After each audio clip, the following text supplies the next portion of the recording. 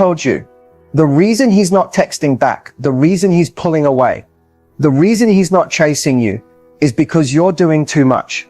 Hey, beautiful, welcome back to the channel. Today I'm about to flip the script on everything you've been taught about love, effort, and relationships. Because here's the truth that no one wants to say out loud. Chasing a man kills attraction, period. Now I know you've been told that if you like him, you should show it. That love takes effort.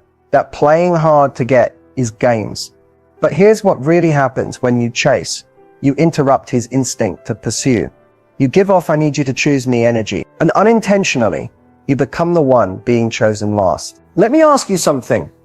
Have you ever noticed how when you finally stop caring, suddenly he calls?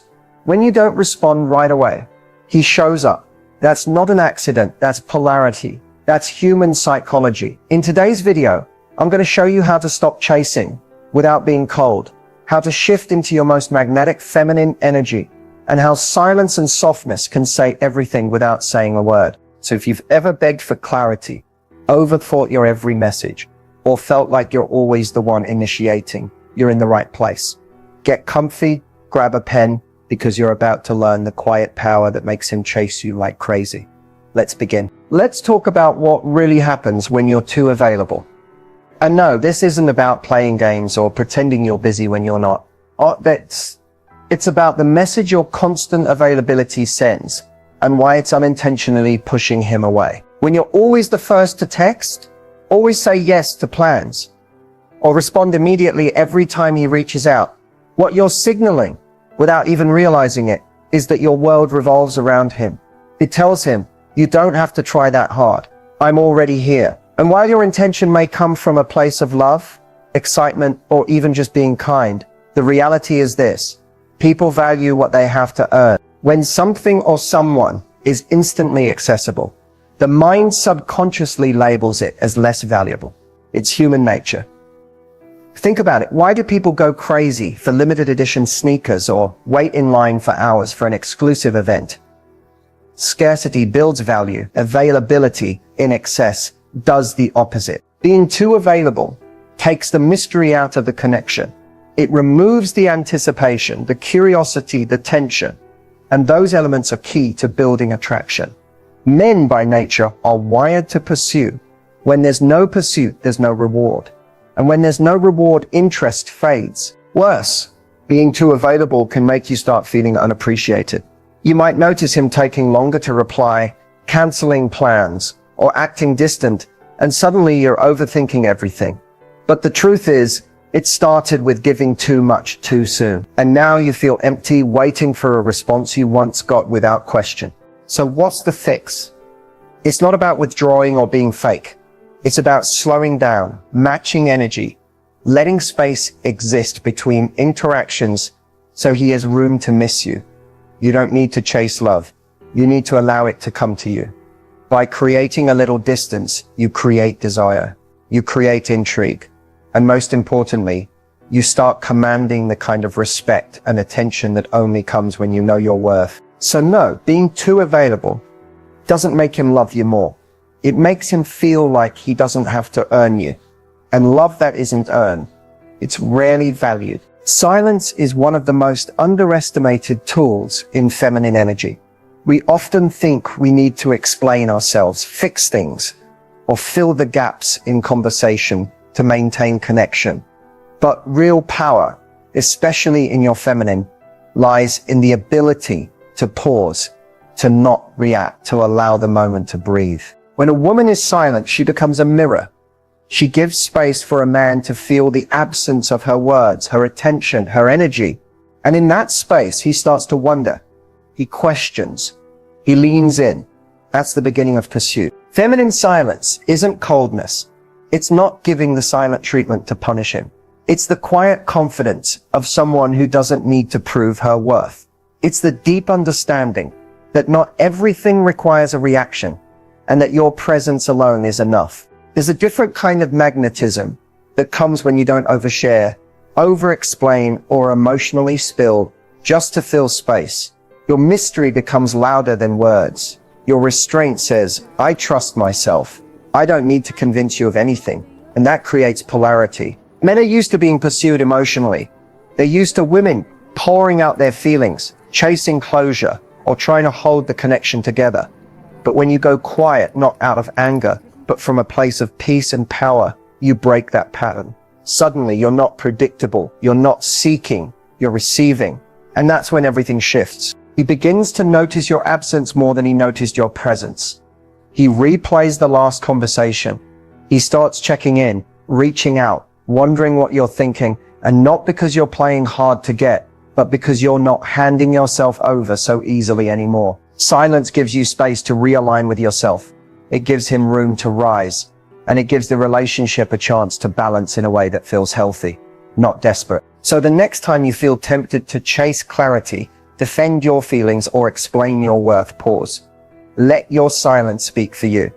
Sometimes it says more than any words ever could. There's a common misconception that being soft means being weak. That if you're gentle, you'll get taken advantage of. That if you express emotion, show care, or speak with kindness, you'll be seen as naive or powerless.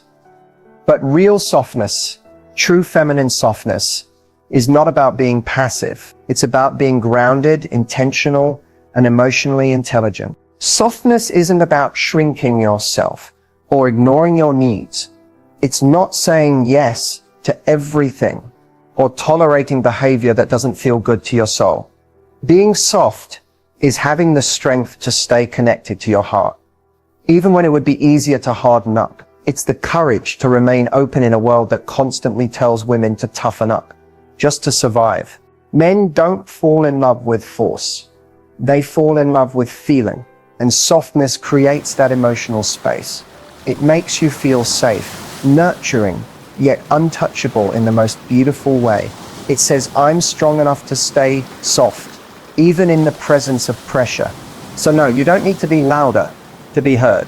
You don't need to be aggressive to be taken seriously. The most powerful women in the room are often the quietest. Their energy speaks for them. Their softness makes people lean in. And their boundaries, though gentle, are unshakable. Being soft is not your weakness, it is your edge. And when you embrace it fully, you become unforgettable. Not because you demanded attention, but because you embodied something rare, power, with grace. There's a moment in every dynamic when something shifts, when you stop showing up the same way, and he starts paying closer attention. It's not when you post a thirst trap. It's not when you try harder. It's not when you send a long text explaining your worth. It's when you pull your energy back, not in anger, not to punish, but in quiet self-respect. That's the move. That's the thing he notices. Because here's the truth. Men are deeply attuned to energy. He may not consciously realize it, but he feels it when you're no longer emotionally available in the same way. When you're no longer overextending, overanalyzing, or offering constant access to your presence. He feels the shift before you ever say a word. When you stop showing up with the pick-me energy, when you no longer try to prove your value or maintain the connection with effort, it unsettles him. Not because you're playing a game, but because you've quietly reminded him that you were never his possession. You were a privilege. What makes this so powerful is the subtlety. You're still warm. You're still graceful, but your attention becomes selective. You're not texting first. You're not reacting immediately. You're not jumping through hoops to keep his interest. You've taken your seat back on the throne, and now he feels the difference. He starts to wonder why you're quieter, why you're not as easily accessible. And that curiosity sparks something primal, pursuit. He wants to know what changed. He thinks about you more, not because you're reaching for him, but because you're no longer reaching at all. This shift also sends a deeper message. I trust myself more than I need your validation. That energy, it's rare, it's magnetic, it doesn't scream for attention, it attracts it. And let's be clear, this isn't about manipulation. This isn't about pretending. This is about realignment. It's about choosing yourself first, emotionally detaching from outcomes, and releasing the need to be chosen, because you've already chosen you. It's a quiet, graceful detachment, a change in posture, a calm withdrawal of energy that says, I'm not begging, I'm observing. And trust me, He notices. He feels your absence in the space where your energy used to pour into him. He may not admit it, but he'll test the waters. He'll reach out. He'll try to regain that access. And that's when you'll know the shift worked. The most impactful thing you can do isn't loud, emotional, or reactive. It's the soft reclaiming of your energy. It's the decision to lean back. It's trusting that your presence is powerful enough to speak even in your silence. Do this, and he won't just notice. He'll chase. Mixed signals are one of the most emotionally draining experiences in modern dating. 1 minute, he's all in, calling, texting, giving you attention. The next, he's distant, inconsistent, or just busy. You're left over analyzing everything. Was it something I said? Should I reach out again? Is he losing interest? And slowly, you'll find yourself giving more than you're receiving, just to keep the connection alive. But here's something no one tells you. When a man is inconsistent, your words won't fix it. Your over-explaining won't clear it up. Your vulnerability won't pull him closer. In fact, the more effort you put into decoding him, the more power you silently hand over. The antidote to mixed signals, silence. Not silence out of spite, not the cold shoulder, but silence as a boundary, silence as self-respect, silence as the most dignified, feminine response to uncertainty. Because here's what mixed signals really are. Emotional bait. They keep you engaged, confused, and emotionally attached without any clear direction. It's a cycle where you're constantly trying to earn consistency from someone who should be offering it freely. But when you stop responding, when you choose stillness over chasing clarity, you flip the dynamic completely. Your silence sends a very clear message. I don't entertain confusion. And that message is loud. When a man senses that he no longer has access to your emotional energy, something shifts in him. He begins to realize that your attention is a privilege, not a given. And instead of continuing the breadcrumb trail of half-effort and vague feelings, he's forced to do one of two things: rise to the occasion or fall away completely. Either way, your silence brings you clarity without the emotional exhaustion of constantly seeking answers. What makes silence so powerful is that it doesn't beg, it doesn't plead, and it doesn't break down trying to prove its worth. It simply is. It's presence without performance. And in that space, a man begins to feel what he was avoiding, the consequences of being unsure about you. But the reason most women fear silence is because they associate it with rejection or being forgotten. But silence isn't passive, it's strategic. It's giving the relationship space to breathe, to reveal truth. Because someone who is genuinely interested in you will not be confused for long. He will feel the absence of your warmth and want it back. Not because you chased him, but because you didn't. Mixed signals stop working when there's no one there to decode them. When you stop reacting to the highs and lows, and instead withdraw your energy. You stop being part of his emotional game. You reclaim your peace. You stop spinning your wheels, waiting for him to show up how you hoped he would. In your silence, you're not doing nothing. You're doing the most powerful thing you can do. You're protecting your softness, preserving your dignity, and making space for clarity to find you. So the next time his messages get shorter, his calls become rare, or his energy just feels off, don't jump into panic mode. Don't try to fix it. Let your silence speak. Let him feel what life is like when he doesn't have easy access to you. And if he doesn't notice, if he doesn't step up, that silence just saved you months of heartache. It's not rejection, it's redirection. Sometimes the most loving thing you can do for yourself is say absolutely nothing. You don't have to explain every boundary you set. In fact, some of the most powerful boundaries are the ones you never verbalize. They're simply felt. They live in your energy, in your behavior, in what you allow and what you walk away from. Boundaries without words are quiet acts of self-respect that speak volumes without a single conversation. A lot of women are taught to be nice, to accommodate, to avoid making others uncomfortable. So when it comes time to set a boundary, there's often guilt. You over-explain. You overcompensate. You soften your no to sound more like a maybe. But here's the truth. When your boundaries are rooted in self-worth, they don't need permission or performance. For example, when a man texts you at midnight after ignoring you all day, you don't need to write a long message about how you deserve more. You simply don't respond. When someone keeps canceling plans last minute, you don't have to confront them with a speech. You just stop making yourself available. When the energy isn't consistent, you don't beg for it to change. You adjust your access. This is the essence of non-verbal boundaries. They're not about punishing or manipulating. They're about alignment. They're about showing, not telling, how you expect to be treated. And the right people will recognize those shifts, feel them, and respond accordingly. The wrong ones will either test you harder or fade away entirely. And both reactions are information. What makes these boundaries so powerful is that they come from a place of calm, not chaos. You're not reactive. You're not trying to prove a point. You're just moving in a different direction. That kind of energy is magnetic. It shows that you value your peace more than you value attention, that you'd rather be alone than tolerated, that you don't need someone to validate your needs before honoring them yourself. A woman who enforces boundaries without words is one who knows her power. She doesn't need to announce it. It's in the way she carries herself, the way she pauses before responding, the way she protects her time and energy, like the sacred things they are. This doesn't mean you never communicate. Of course, clarity and honesty have their place in healthy relationships, but not every situation calls for a dialogue. Sometimes the boundary is simply, I don't respond to disrespect. I don't chase confusion. I don't overextend when I'm underappreciated. You don't owe anyone an explanation for treating yourself with care. You don't have to convince anyone to respect you. Your energy will do that on its own if you let it. And here's the magic. When you start living with quiet boundaries, you attract people who just get it. People who don't push, who notice your silence and adjust, who understand your value because you've shown it, not by talking about it, but by living it. So the next time someone tests your limits, ask yourself, do I need to explain?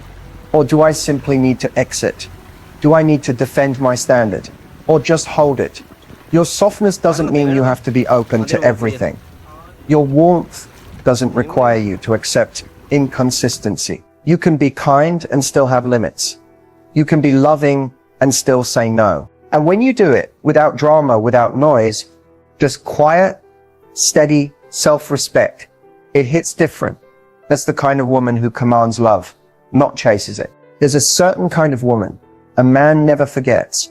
She doesn't beg. She doesn't chase. She doesn't over-explain or try to prove her worth. She simply leans back, holds her energy like it's gold, and trusts her value so deeply that even when he pulls away, she stays calm. That woman, that's the one he always comes back to. It's not magic, it's energy. And once you understand how to harness that energy, you'll start to notice a pattern. The same men who once drifted or acted unsure begin circling back. They start to miss your softness, your peace, your mystery. And the reason is simple. Your absence taught them more than your presence ever could. When a man senses that you're no longer emotionally accessible, when he feels that shift from your warmth to your stillness, it triggers something in him, especially if he's used to you showing up first, always making it easy, always being there. The moment you stop doing all of that, without making a scene or announcing your exit, he feels it. He starts to wonder why you're different now, why you're not texting, why you're not reacting. That curiosity grows into reflection. And that's when the chase begins again. Not because you manipulated him, but because you step back into your power. This isn't about playing games. It's not about trying to control him. It's about holding your standard. It's about understanding that if he really values you, he'll notice your silence. He'll notice your detachment. And he'll move, because real interest doesn't stay comfortable with distance. Here's the truth. Men are drawn to women who know when to walk away, not out of anger, but out of self-respect. That graceful exit, that calm silence, it creates a vacuum, and energy always seeks to fill a vacuum. The more you pull back, the more he starts leaning in, not because you asked him to, but because he can feel what he's losing. He remembers how you made him feel safe, seen, desired, and he realizes that those feelings aren't easy to replace, especially when you're no longer offering them freely. That's when the messages come. The "I've been thinking about you" texts, The unexpected calls, the casual check-ins disguised as something small, because he wants to see if the door is still open. The more grounded you are in your feminine energy, the more effortlessly this happens, because you're not waiting, you're not obsessing, you're living, you're glowing, you've reclaimed your emotional space and redirected it inward to your peace, your passions, your joy. And that's exactly what makes you irresistible. What pulls him back is not the effort you make toward him, it's the effort you make toward yourself. So yes, watch him come back. Watch him realize what he lost when he thought you'd always be there. Watch him reappear, not because you chased, but because you finally stopped. You gave him a chance to feel the void your energy used to fill. And remember this, just because he comes back doesn't mean you have to let him in. The real win isn't just getting him to return. It's being so rooted in your worth that you get to decide whether he still qualifies for access to your heart. Because once a woman remembers her power, she never has to beg for love again. Now that you've learned how to embody softness, how to respond to mixed signals with silence, and how to create unspoken boundaries that command respect, let's bring it all together. Because this journey isn't about changing him. It's about realigning with you. Here's what you need to remember. The version of you who is calm, grounded, radiant, and unattached to outcomes, that's the version who wins. That's the woman who doesn't chase, doesn't overthink, and doesn't question whether she's enough. She knows she is, and from that energy, she attracts men who want to earn a place in her life, not just occupy it temporarily. If a man is confused about you, don't try to convince him. If he's distant, don't chase him down. If he's inconsistent, don't question your worth. Your power lies in what you do not do. No response is a response. Silence is a statement. And when you hold your